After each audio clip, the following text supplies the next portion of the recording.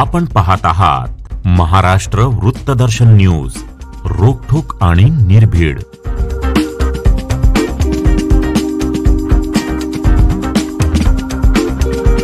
कालच महाराष्ट्र प्रदेशचे काँग्रेस अध्यक्ष नानाभाऊ पाटोले यांची आम्ही भेट घेतली। आम्ही पक्षाकडे काँग्रेसची उमेदवारीची मागणी केली। त्यांना सर्व सांगलीची परिस्थिती सांगितली। सांगलीची उमेदवारी ही निश्चित झालेली नाही आणि त्यामुळे योग्य तो आम्ही योग्य वेळी विचार करू असं त्यांनी आम्हाला सांगितलं। आम्ही आता अपक्ष लढवायचं म्हणजे जर पक्षाने दिलं नाही तर अपक्ष लढवायची आम्ही तयारी केली। कालच महाराष्ट्र प्रदेशचे काँग्रेस अध्यक्ष नानाभाऊ पाटोले यांची आम्ही भेट घेतली आणि माझ्याबरोबर संतोष पाटील, अजित सूर्यवंशी तसेच प्रशांत पाटील व कयूम पटवेगार आम्ही ते चौघं पण होते आणि आम्ही पक्षाकडे काँग्रेसची उमेदवारीची मागणी केली आणि त्याप्रमाणे त्यांना सर्व सांगलीची परिस्थिती सांगितली आणि त्यांनी आम्हाला निश्चितच चांगला प्रतिसाद दिला आणि अजूनही सांगलीची उमेदवारी ही निश्चित झालेली नाही आणि त्यामुळे योग्य तो आम्ही योग्य वेळी विचार करू असं त्यांनी आम्हाला सांगितलं। आणि आम्ही असं पण सांगितलं की 25% महिलांना उमेदवारी द्यायचं धोरण काँग्रेसचं आहे, तर त्याप्रमाणे आम्हाला ही काँग्रेसची उमेदवारी मिळावी असा आम्ही त्यांच्याकडे आग्रह धरलेला आहे। आणि नाना भाऊंनी सुद्धा आम्हाला सांगितलंय की नक्कीच महिलांचा इथे विचार होईल। परिस्थिती सांगितली सांगलीची, तुम्ही म्हणाल की काय परिस्थिती काय आढावा दिला त्यांना, काय सांगितलं त्यांना, माहिती काय सांगितली तुम्ही सांगलीची? काय सांगलीची म्हणजे आम्हाला उमेदवारी का पाहिजे हे सांगितलं। हां, तुम्ही मुद्दे काय सांगितले? मुद्दे एवढे असे सांगितले की मदन भाऊंच्या नंतर लगेच 2 वर्षांनी निवडणूक लागली होती, त्यामुळे त्यांचं नुकतंच निधन झाल्यामुळे सगळ्या कार्यकर्त्यांची इच्छा असून सुद्धा तेव्हा मी संभ्रमात होते, त्यामुळे मी उमेदवारी घेतली नाही। आणि तेव्हा पृथ्वीराज पाटील म्हणाले की मला एकदा वहिनी संधी द्या, त्यावेळी आमचा पूर्ण गट हा त्यांच्या मागे राहिला आणि त्यांच्यासाठी काम केलं।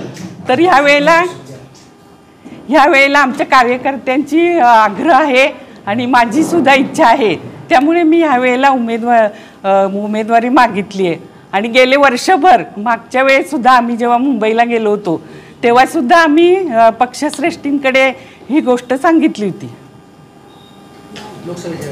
हां, लोकसभेच्या वेळी ते तुम्हाला माहीतच आहे, तेव्हा पेपरला सगळं आलंच होतं की ही आत्ताच मागितलं असं नाही आहे, हे मागच्या वेळेस ठरलं होतं की ह्या वेळेला आम्हाला संधी द्या, पुढच्या वेळी तुम्ही उभं राहा।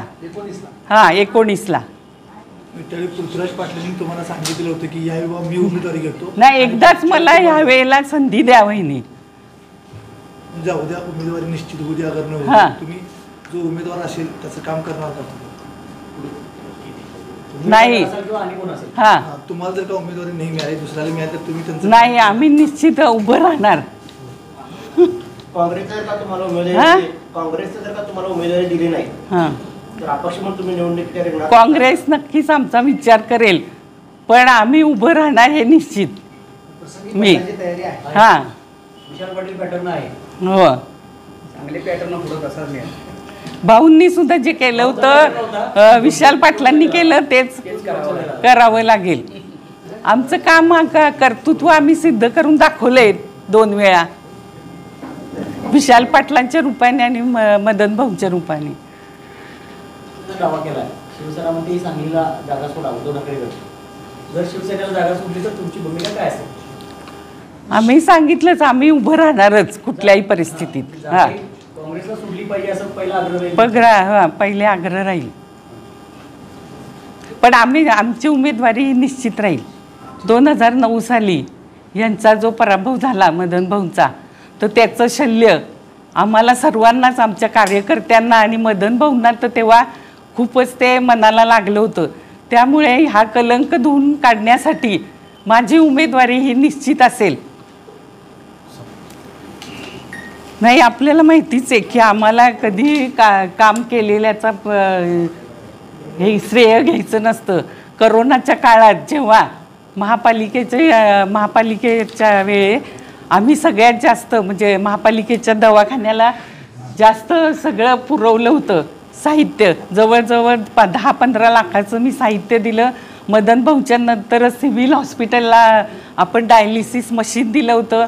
परत आमचा मदन भाऊ युवा मंच हा सामाजिक कार्यात नेहमीच पुढे असतो आणि अशी बरीचशी कामं आमची छोटी मोठी झालेली आहेत. किंवा पुराच्या काळात सुद्धा म्हणजे आम्ही तेव्हा आम्हाला काही पोस्टरबाजी करायची नव्हती, म्हणजे करत नाही आम्ही. त्यामुळे 2000 पूर हा आपल्या इथे नवीन नाही आहे. 2005 साली मदन भाऊंनी सुद्धा भरपूर युवा मंचांनी काम केलं आणि त्याच्यानंतर सुद्धा आमच्या इथे 4 सेंटर आम्ही चालवली होती पुराच्या काळात. संतोषच्या इकडे एक होतं आपलं दामाणी हायस्कूल, सर्वोदय, अशी 4 सेंटर आणि तिथे जास्तीत जास्त लोक आपली होती. त्यांची सगळ्यांची सोय आम्ही केली होती. तुम्ही काम केल्यानंतर पोस्टरबाजी करते, मग पोस्टरबाजी कोण करते नेमकं? ते ज्यांना करायची ते करतात, आम्ही ते सांगत नाही. आमची 40 वर्ष झाली आमचं घराणं हे काम करते. ही सगळी लोक आम्हाला नवीन नाही आहेत आणि ही सगळी आमची लोक आहेत आणि त्यांच्याबद्दल आम्हाला आपुलकी आहे. त्याच्यामुळे मी जाते. आणि इथून मागच्या काळात सुद्धा आमच्या घरातले जरी मी नसले तरी आमच्या घरातले तिथे असतातच. नाही, पृथ्वीराज बाबांना गेले अनेक दिवस, अनेक महिने मी हेच सांगते की ह्या वेळेला मी उभं राहणार आहे. आणि मागच्या वेळी तुम्ही आमच्या सर्व कार्यकर्त्यांच्या समोर सांगितलं होतं की एक आम्हाला संधी द्या वहिनी ह्या वेळेला, आणि तशी आम्ही संधी दिली आहे आणि आम्ही तेव्हा कामसुद्धा केले. त्यामुळेच एवढी मतं पडलीत ना. 86,000. मागच्या वेळी पृथ्वीराज बाबांना तुम्ही संधी दिली आणि तुम्ही थांबलात. मग या वेळेला तुमची तीच जी अपेक्षा आहे की त्यांनी थांबावं आणि तुम्हाला संधी द्यावी? नाही, आता आमची मागणीच आहे.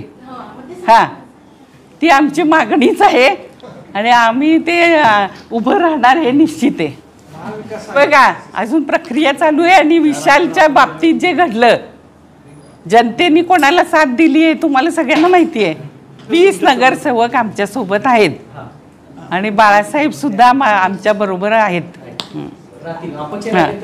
अपक्ष राहिले तरी तो त्यावेळेचा प्रश्न आहे ना. हां, त्यावेळी ठरवतील ना.